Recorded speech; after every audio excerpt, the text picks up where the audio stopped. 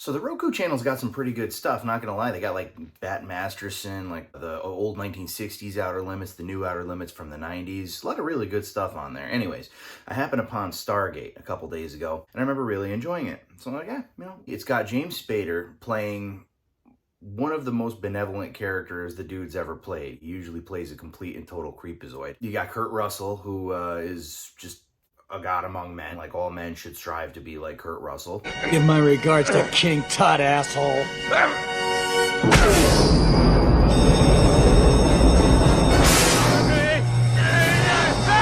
So the story essentially is about this disgraced historian who's basically saying that all this shit, kind of like an ancient alien sort of guy who's saying that, well, he's not saying that aliens built the pyramids, but he's saying that everything we know about the pyramids we got wrong. And he's disgraced, nobody takes him seriously. But this lady who was on an archaeological dig in the 1920s, she basically says, hey, you know what, I might believe you. You want to come take a look at something? Like, I know that you're washed up, you're being evicted from your apartment, like you're a complete and total failure. Come check this out, you won't regret it. So it's basically a government program. It's like, on a kind of a need to know basis. And this thing that they had excavated in 1928, it's like this giant ring. It's the Stargate. There's like this sequence of, I think, 7 symbols that they need to match up in order for it to open a portal to another place in the, across the universe. And they don't even like realize where it goes until after they basically set it up. There is a lot about this movie that you do have to kind of check your brain at the door. It's a Roland Emmerich film. Siskel and Ebert absolutely trashed this movie. This was like pre-Independence Day, so I think that they were just being kind of a little bit extra harsh. The whole notion that all these people that were working in the government couldn't figure out that the symbol that looked like the pyramid that was just missing the 2 guys praying was the final like key that they needed to open it.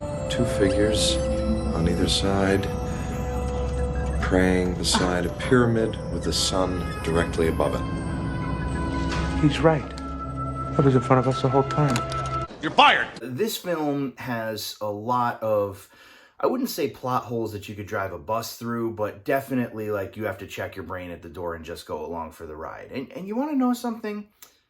I'm okay with that. In an age where everything is so serious and everything, like even comedies have to have like some sort of a darker theme or a deeper meaning, it is so refreshing to see a movie that is just check your brain at the door and go along for the ride. The vibe of this, and something that Siskel and Ebert did touch on, is basically like an old school movie, like a 1950s movie. Like, honestly, a movie from the 1950s, 1960s would probably have like the exact logic that this film does. But the special effects would obviously have been a lot crappier. And by the way, guys, the design of this entire movie is just absolutely beautiful. Like, the Egyptian gods, like Horus and Anubis, and they're like robotic with like the light up eyes and shit. This one singular alien like assumes the body of a boy to like last forever, basically, and he claims to be the sun god Ra and basically created our civilization on Earth. And even the whole idea that like the pyramids are basically like a landing port. The spaceship is like this bigger, hollowed out pyramid that's designed to like land perfectly on the pyramids. There's a lot of conveniences with like the portal still working and being able to send the nuclear bomb up there.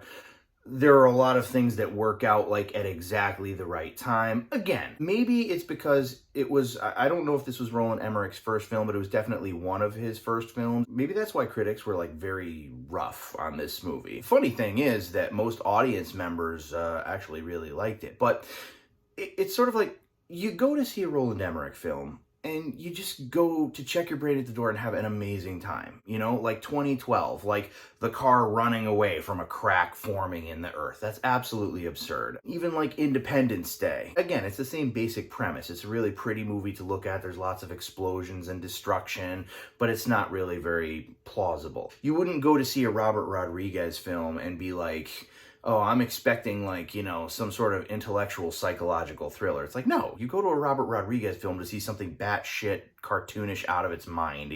There's a reason James Cameron like picked him to do Alita Battle Angel, because Robert Rodriguez's style would be perfect for a live action anime. The characters in this movie are quite likable. The story is all really cool. And the fact that you have to check your brain at the door for it, like I said, especially in this day and age, to me, that's just a bonus. I absolutely love Stargate. Again, if you're looking for something like really intelligent, it's not going to do it for you. But if you're looking to just have a good time and not really care, I would 110% recommend this. If you haven't seen it, if you've stuck around to this point, you probably have seen it. So recommend it to a friend. Stargate is a pretty sick movie.